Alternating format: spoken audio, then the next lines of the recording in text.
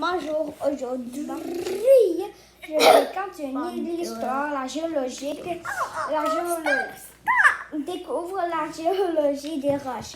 Ok, je vais commencer par les pierres précieuses parce qu'hier, je n'ai pas fini. Le traitement des pierres précieuses. Le processus par lequel les pierres précieuses sont taillées et polies et gardées sous le nom d'art lapidaire avant d'être traitées une de pierre précieuse. Attends. La pierre précieuse simplement appelée brute. Un pierre l'on a légèrement martelé pour éliminer des matériaux cassants. Sera-t-il terre de diamant? L'un des matériaux les plus durs qui...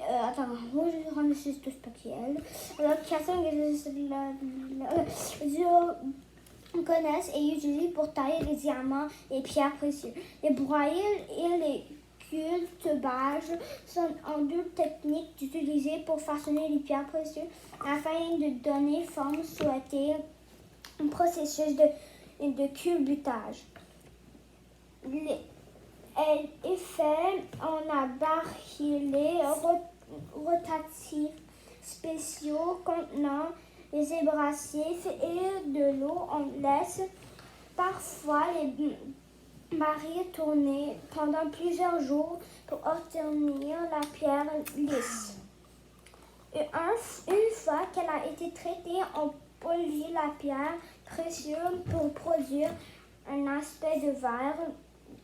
Le facetage de la processus par lequel le pierre a coupé un motif symétrique.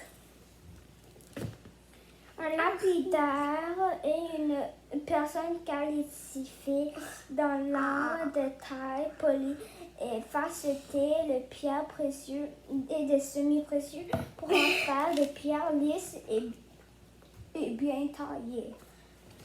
Attends, ok, je m'excuse parce que c'est ma soeur qui a fait ça là. Oui, je suis rendue. Ok. Les pierres de naissance. Une pierre de naissance est un joyau associé à un certain mois de l'année. Et la 12 pierres de naissance. Selon la légende, les folklore, chaque pierre de naissance apporte une chance aux personnes nées au cours du mois de mai. Mois en question. Le janvier, c'est grenade. Février, c'est améthyste. Le mars, c'est aigu marine. Et avril, c'est diamant. Mai, c'est émeraude. Juin, c'est perle. Juillet, c'est rubis. Novembre, août, c'est péridot. Septembre, c'est saphir. Octobre, opale. Novembre, topaze. Et décembre, turquoise. Okay. Une pierre précieuse est soigneusement taillée de faceter jusqu'à sa finition. On taille le diamant d'une manière précieuse pour faire ressortir sa beauté. Les gems biologiques. Presque toutes les pierres précieuses sont composées des minéraux. Cependant, certaines pierres précieuses sont constituées. Tu peux plus me voir. Ouais. Sont constituées.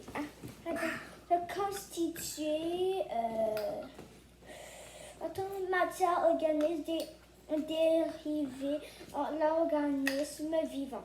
Voici quelques exemples de gemmes organiques. La perle, l'ambre, l'ivoire et le corail.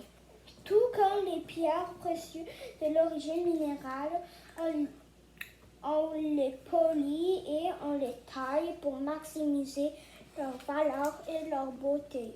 Une paire de produits à l'intérieur de la coquillage et l'organisme vivant appelé huître. L'info en plus. Le diamant qui se considère comme la pierre précieuse la plus dure, on considère l'ambre comme la pierre précieuse la moins résistante. le roche ignées. OK, maintenant.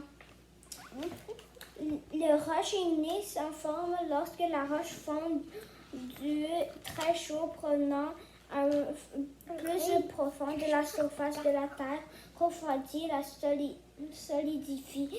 Le mot igné.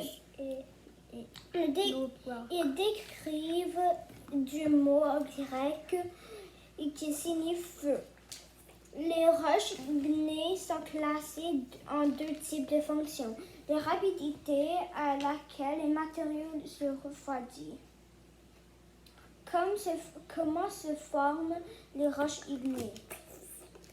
Les roches ignées peuvent se former profondément sur la croûte terrestre ou à la surface des roches ignées.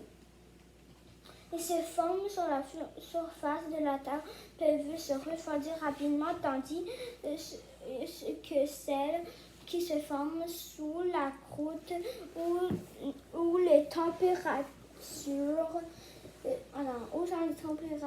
sont très élevées, peuvent mettre des milliers d'années à refroidir.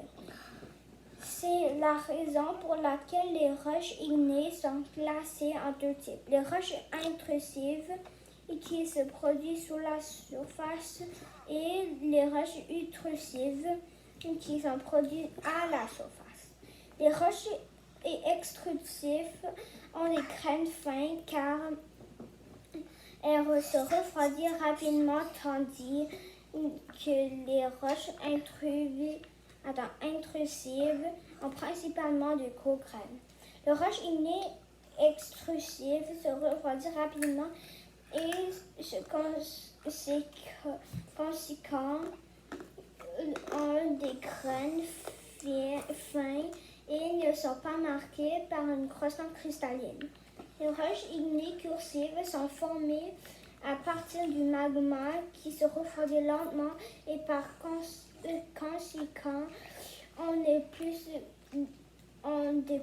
grandes graines. Chambre magmatique. Les roches ignées intrusives. Les roches se forment lorsque le magma et le liquide fond chaud provenant des profondeurs de la Terre est pillé sous la Terre. Une fois à cet endroit, le magma se refroidit lentement durant des milliers ou même des millions d'années et se solidifie en raison du refroidissement lent. Les grains individuels dans ces roches, on a une chance de croire. Les roches intrusives ont donc une texture à grands grains. Ils sont également connus sous le nom de roches plutoniques. Les roches ignées intrusives et intrusives se forment par différents processus. Le diorite, c'est un type de roche de grain foncé cristalline et à texture grossie à la diorite est très dure. Péridotite. Il s'agit d'une roche sombre, une grande graine composée de minéraux riches de fer et un magnésium. Gabbro. C'est une roche sombre à grain grossier qui est surtout abondante dans la croûte océanique profonde. Permégatite. Il s'agit d'un type de roche qui se forme au stade final de la cristallisation du magma et qui se compose de très gros grains. Granit. Le granit fait partie des roches de grains grossiers et à texture cristalline de plus commune. Dunite. Cette roche est composée principalement d'olivine minérale et de petites quantités d'autres minéraux. Ok, aujourd'hui, je vais raconter ici. Alors, demain, je vais raconter les roches ignées extrusives. Ok? Alors, je m'excuse. Alors, je vais vous voir demain. Ok? Au revoir.